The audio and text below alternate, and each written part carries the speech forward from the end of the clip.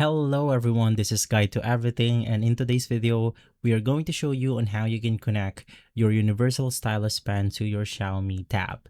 So this is going to be extremely simple. The first thing that you want to do after getting your universal stylus pen is to simply charge the device.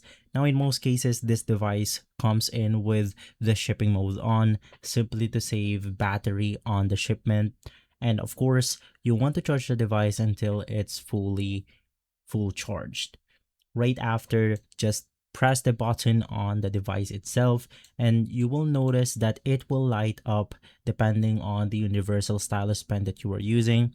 Now in this case, we have the button right above the pen itself. Now from there, it will then turn the pen and it is basically ready to use. Now in most universal pens out there, basically you don't need no Bluetooth connection on the device itself. You just need to turn on the stylus pen and from there you are good to go. And so guys, if this video has been helpful, leave a like, subscribe, and follow Guide to Everything for more videos like this. And as always, thanks for watching.